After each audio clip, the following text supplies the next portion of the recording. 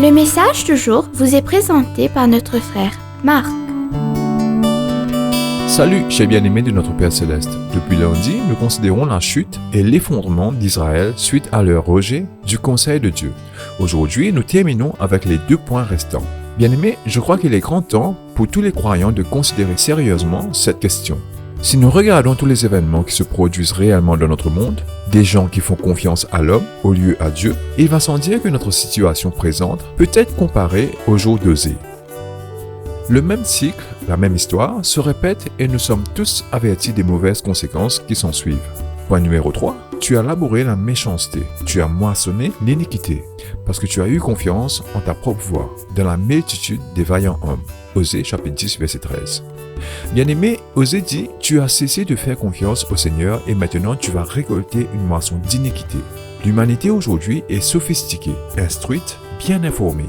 Nous avons détrôné Dieu, rejetant la Bible et la prière, et intronisé la science, la psychologie et l'éducation. Pourtant, je vous demande, chers bien-aimés, quelle a été la récolte? Qu'est-ce que tout notre apprentissage sophistiqué nous a apporté? Point numéro 4. Nous n'avons aucun roi, car nous ne craignons pas le Seigneur. Bien-aimé, Osée était le prophète d'Israël. Mais quand la chute d'Israël a commencé, il était impuissant pour arrêter l'écroulement de la foi. Ses paroles n'avaient aucune autorité. Chaque fois qu'Osée parlait, les gens secouaient simplement la tête et disaient « Nous n'avons aucun leadership, nous dérivons ». C'est exactement ce qui se passe dans le monde en ce moment. Et la même chose se passe dans l'Église aujourd'hui. Beaucoup de chrétiens se moquent de leurs pasteurs, ridiculisant leur autorité. Pourquoi? Parce que les mots de ces hommes n'ont aucun pouvoir. Les gens disent « Nous n'avons plus aucun leadership dans notre Église. Nous sommes perdus, confus. » Est-ce que nous, les croyants, réalisons l'urgence de ne pas rejeter aujourd'hui les conseils de Dieu? Osée est là pour nous rappeler ce fait. Tout ce que nous sémons, nous le récoltons. Parfois, de nombreux chrétiens pensent que nous sommes dans une nouvelle alliance et que la parole d'Osée était destinée uniquement à Israël. Mais l'apôtre Paul nous rappelle dans Galates chapitre 6, versets 7 à 8, « Ne vous laissez pas tromper.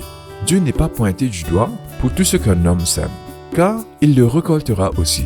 Car celui qui sème pour sa propre chair récoltera de la chair de la corruption.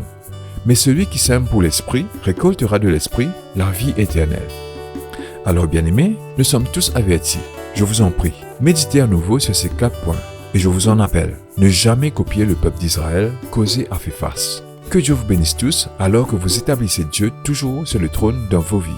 Profitez de votre journée en lui. À demain pour un autre voyage. Au revoir. Si toi aussi tu crois que la parole de Dieu est une bénédiction, partage-la et sois une source de bénédiction pour les autres toi aussi.